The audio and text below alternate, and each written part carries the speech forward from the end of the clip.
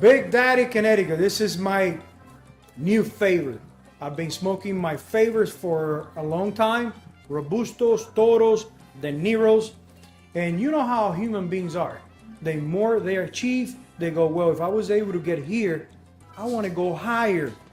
And I'm always saying, well, how I'm gonna get my palate surprised with something new? This guy, the Big Daddy Connecticut. It's a mild cigar for someone big, strong. I would say mild to medium for someone like me, an average size. But what a rush or different sweetness, different sweet flavors. Almond, that umetepe, the strength of the umetepe, that jalapa, the aroma of the condega. And I have to accept it. It's not all the time that it's possible, but today is U.S. Connecticut wrapper. I would say the best, the best. Wow. It's an intimidating cigar for me because it's a 60 gauge by 6 inches.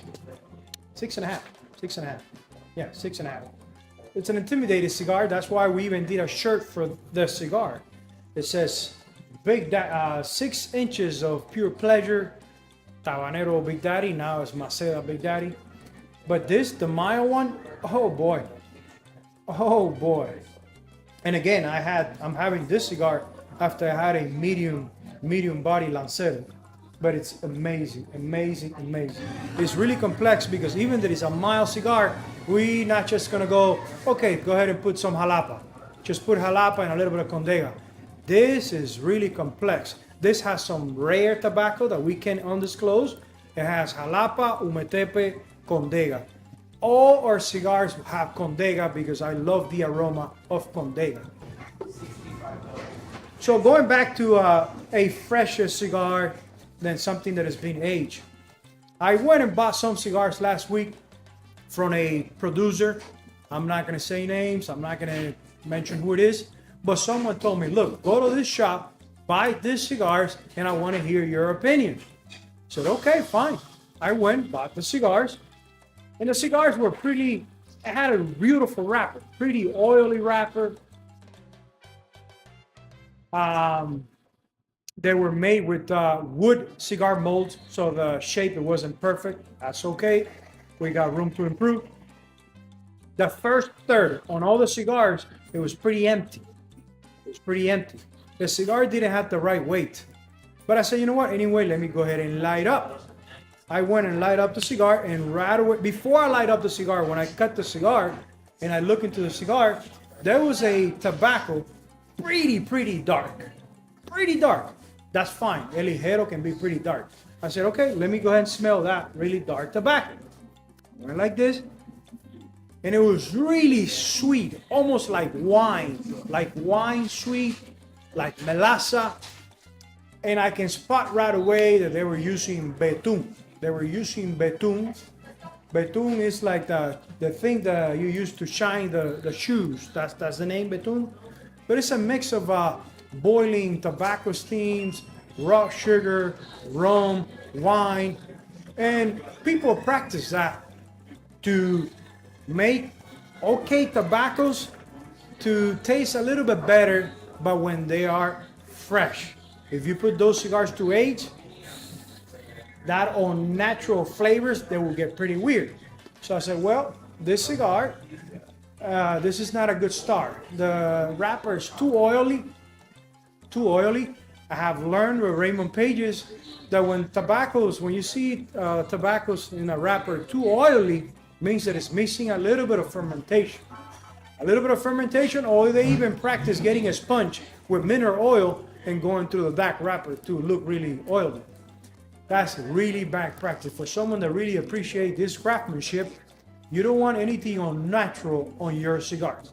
So as soon as I light up the cigars, did my first few puffings, missing tobacco, it got too hot, so it got bitter. Also, the wrapper, I can feel that it was under fermented. And so bitter because of the under fermentation, because of the space. And every for the fourth puff that you do with that tobacco that was fermented with unnatural things, you start feeling weird things in your mouth, lingerings in your mouth, and you know it's not natural from a true cigar. But it was a really fresh cigar, really fresh cigar. The store told me that they can keep it in the shelf. They go and go and go. Those are the cigars that the next day when you wake up, your palate is not completely clean. But some people decided they want to have those fresh cigars. I went and did the note, sent it to the person that it was asking me for my notes.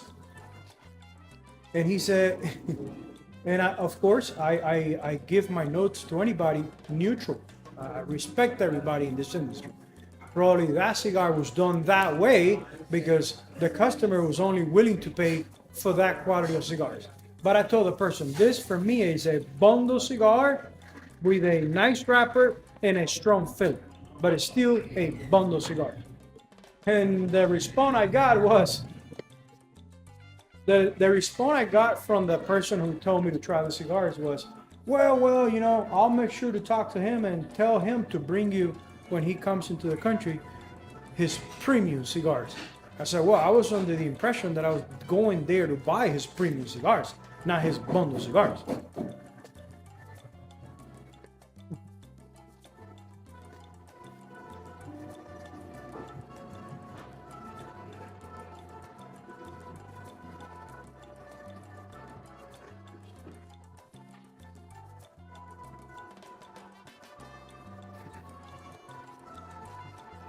Boy, retro hell on such a big cigar for me, such a big cigar like that, I can feel it. But the retro hell in here, even that it's such a big cigar, it's like hot sauce that you bite the food and everything start rushing in your mouth, but it's pleasant. It's not hot sauce that, because umetepe in this cigar has a lot of strength, but it's really sweet tobacco. Well blended, well fermented, and really complex. Don't underestimate that Connecticut wrapper thinking that it's going to be a bore cigar from beginning to the end. It is amazing. It is amazing. Of course, I am the founder of the brand and I can say all my cigars are amazing. No doubt, I compare with many other companies, and yes, our cigars are amazing. But every time we hit something monumental, I make emphasis, like the Toro Nero. The Toro Nero, amazing. Torpedo Sobrino, amazing. Robusto Connecticut, wow. Toro Connecticut, wow. The other stuff also good, but not as complex as those that I'm mentioning. And this guy is really complex. So don't blind yourself. Don't blind yourself. You get what you pay for. I keep saying that. If you want to lower your standards and smoke your cigars beginning of the day, drink, eat, it's probably the next day you're not gonna have much of an aftertaste. If you are someone that your palate is pretty chat because of many years you've been smoking cigars, you can tolerate cigars that for other people that are getting into the lifestyle, it will be too much. It will be too much. So don't blind yourself. If you are getting into the lifestyle, if you're new, you're gonna get what you paid for. You're gonna get what you paid for. If I would do it again, if I would get into this lifestyle in my beginnings, knowing my palates, know how much I love good food, I wouldn't pay for a cigar less than $12. I wouldn't pay for a cigar less than $12. I will put my range that anything that I'm going to smoke is going to be 12 and up. That doesn't mean that all the cigars are going to be good, but $12 and up, there will be a lot more probabilities that you're going to hit a winner. Because when someone puts a cigar $12 and up, even $10 and up, they're making sure they're putting good tobacco to back up that price. That is only if you are that kind of person, that simple man, that it gets satisfied with only the best.